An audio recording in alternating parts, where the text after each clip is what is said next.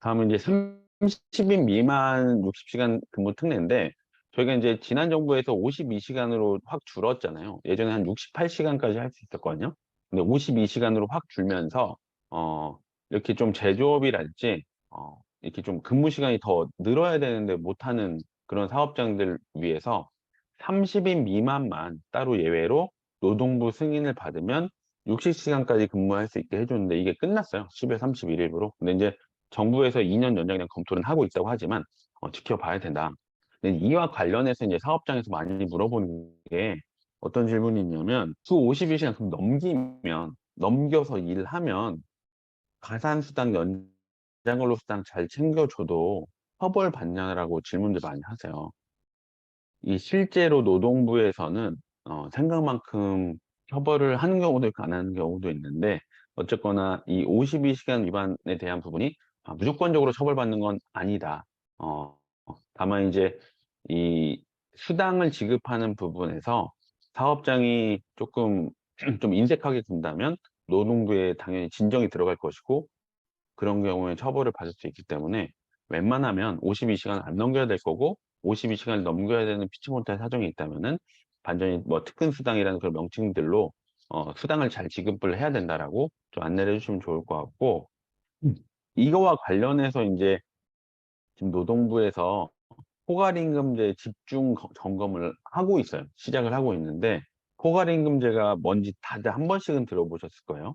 그래서 제가 월급을 만약에 300만 원을 받는다. 근데 그냥 근로계약서에 월급 300 딱 적혀 있는 거와, 월급 300만 원 안에는 기본급 200만 원, 연장근로수당 50만 원, 야간근로수당 20만 원, 이렇게 수당들이 쪼개져 있는 거랑 완전 다르다는 거 들어보셨을 거예요. 그래서 포괄임금제는 이 제가 말씀드린 후자, 기본급과 여러 가지 수당이 있을 때 이 수당들이 포괄적으로 계산되어 있는데 동의되어 있다라고 얘기를 하는 거고, 연장근로수당은 사실 저희가 근무를 한 다음에 계산하는 거잖아요. 그죠?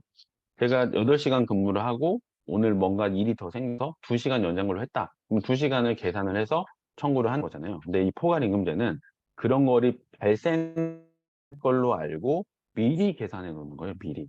그러니까 포괄임금제의 그 핵심은 미리 계산해 놓는 거거든요. 내가 보니까 당신은 뭐 평균적으로 한 달에 10시간 정도 더 연장 근로를 하는 것 같아. 그럼 10시간에 대한 그 가산 수당을 월급에 미리 넣어 놓는 거예요. 근데 이제 대부분 사업장은 월급을 300만 원으로 정해 놓으면 연장 근로 수당을 30만 원을 추가해서 330으로 임금제를 세팅하는 게 아니고, 기존에 300만 원을 주고 있었다면 30만 원 연장 근로 수당을 이 270만 원 안에 녹여서 합쳐서 300으로 만들고 있죠. 다 그 부분을 이해하시죠? 이 부분을 지금 미래시장 노동연구회에서 근무 시간 지금 막 늘리려고 하잖아요. 늘리려고 하는데 포괄임금제까지 계속 두면 이제 어떤 비난들이 많이 있을 수 있으니까, 근무 시간은 늘리되 이 포괄임금제를 너무 많이 활용해서 사실상 근로시간에 대한 가산수당을 지급은 안 하는 부분을 많이 우리가 점검을 하겠다라고 노동부에서 얘기를 해요. 그래서 이 포괄임금제가 잘못하면 어떤 경우가 문제가 생기냐면, 동의 조항들을 넣어야 됩니다. 계약서를. 우리가 계약서 검토도 많이 하죠.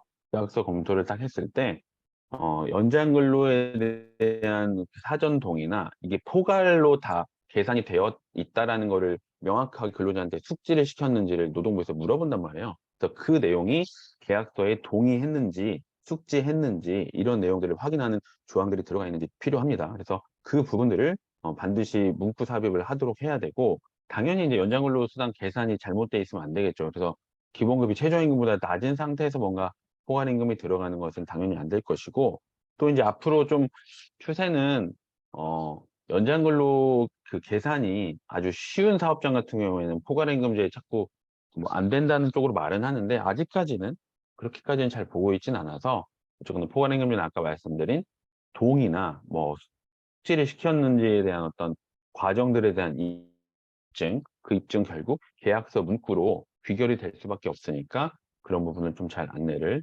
해주실 수 있도록 하면 좋겠습니다. 아까 이제 5인 미만 사업장인데, 미래노동시장연구의 권고문을 보면요, 5인 미만 사업장도 적용을 확대해야 되는 필요성은 있다라고 이제 짧게 되어 있고, 우리 그 국회에는 항상 전면 적용해야 된다는 이 정의당의 입법이 많이 계류는 되어 있어요. 근데 이제 이게 통과는 잘 안 됐죠. 이게 헌법소원도 여러 차례 됐었고, 당연히 이제 노동계 입장에서는 근로기준법이 어떤 법인가요? 근로기준법은 사업주를 처벌하는 법이에요. 저희가 보통 계약서 쓰면 그건 민사적인 차원이잖아요.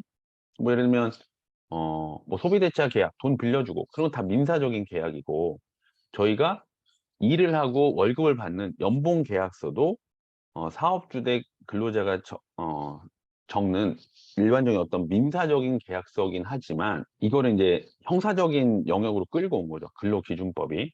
그래서 월급을 주고받고 못 받았을 때 민사소송을 청구할 수 있는 것과 별개로, 사업주들이 뭔가를 지키지 않으면 형사처벌을 할 수 있게끔 근로기준법을 만들어 둔 거예요. 그래서 이제 이 근로기준법은 사업주를 처벌하는 법이기 때문에 당연히 사업주는 적용이 안 될수록 좋고, 뭐 당연이라는 표현 좀 조심스럽지만 아무래도 이제 더 유연하게 할 수가 있고, 이제 직원들, 근로자들은 이제 근로기준법 많이 적용될수록 좋잖아요. 그래서 5인 미만 사업장은 소위 영세사업장으로 표현을 합니다. 헌법재판소에서도 영세사업장이라서 근로기준법이 기본적으로는 사업주를 처벌하는 법이고, 이게 영세사업장까지 적용이 되면 모든 영세사업주들이 처벌을 받기 때문에 최대한 확대 적용을 안 하려고 밀어오고 있는 거죠.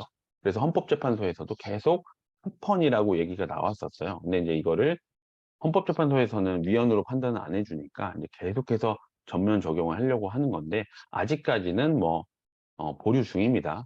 그래서 여기서 이제 아셔야 될 건 다 아시는 내용일 수 있지만 리마인드 해보면, 5인 미만한테 적용 안 되는 게 뭐가 있죠? 대표적으로 생각 드는 게 연차 휴가를 꼭 생각하셔야 돼요. 그래서 그러면서 이제 연차 휴가 상담 많이 물어보시거든요. 뭐 거기 직원 몇 명인지 물어봐요, 제가. 그러면은 한두 명이라고 얘기하시거든요. 그러면 사실 그런 거는 공부가 안 돼 있으신 거죠. 예. 회사가 만약에 한두 명이다, 그럼 연차 휴가 없는 거잖아요. 그죠? 그러면 연차휴가 없는 쪽으로 이미 자문을 드리면 되는 거예요. 근데 이제 그걸 잘 모르시니까 연차휴가 문제 되면 다 됐는지 알고 연락이 오시거든요. 그래서 5인 이상인 사업장만 연차휴가 문제가 있고, 연차휴가는 사실 되게 복잡한 주제라서 뭐 이것만 가지고도 뭐 5시간 이상 강의를 할 수 있는데, 연차휴가는 정말 경우의 수도 많고, 최근에 또 어떻게 됐죠? 예전에는 1년 동안 11개 쓸 수 있고, 그 다음 해에 15개가 발생을 하는데, 이 11개가 15개에 포함됐었잖아요. 그래서 첫 해 11개 쓰면 그 다음해에는 4개밖에 못 썼죠. 그죠? 근데 이게 바뀌었습니다. 11개와 15개가 별개로. 그래서 이제는 2년 동안 15개가 아니고 26개를 쓸 수 있게 바뀌었죠.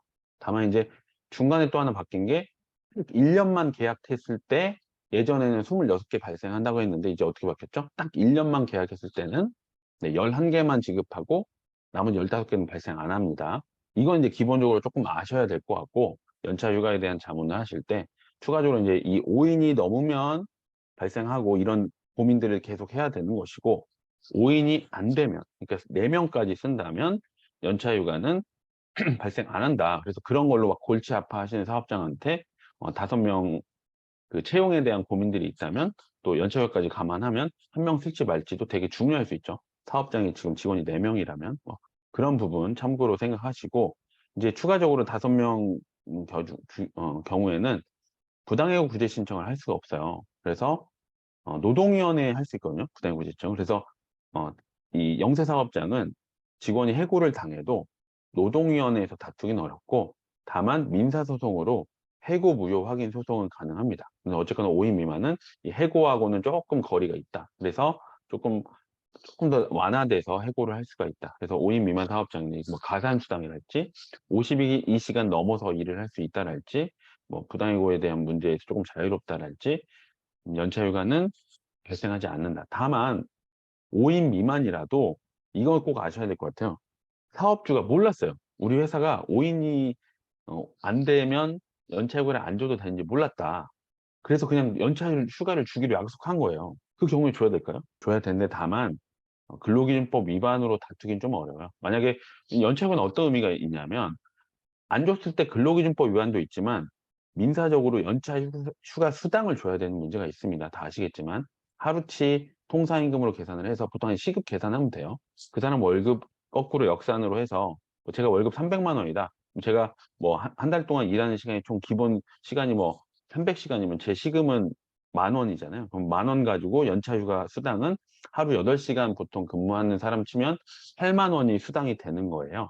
그래서 1년치 만약에 15개를 하나도 쉰 적이 없다. 그럼 한 120만 원이 연차휴가 수당이 되는 거잖아요. 그래서 이거를 회사가 주지 않으면 노동부에 신고할 수도 있고 민사소송 청구할 수도 있는 이런 부분입니다. 그래서 연차휴가는 되게 사업장에서 정말 중요한 주제인데 어쨌거나 5인 이상이면 줘야 되고 5인 미만은 안 줘도 되는데 5인 미만의 경우에도 사업주가 모르고 주기로 약속했다면 연차휴가 수당은 줘야 되는데 근로기준법 위반으로 다투기는 어려워도 소송으로는 청구할 수 있다. 약속한 거니까. 그래서 돈으로는 줘야 되는 문제가 있다. 그래서 이 5인이라는 주제는 상당히 중요할 수 있다. 뭐 이 정도로 제가 정리를 할게요.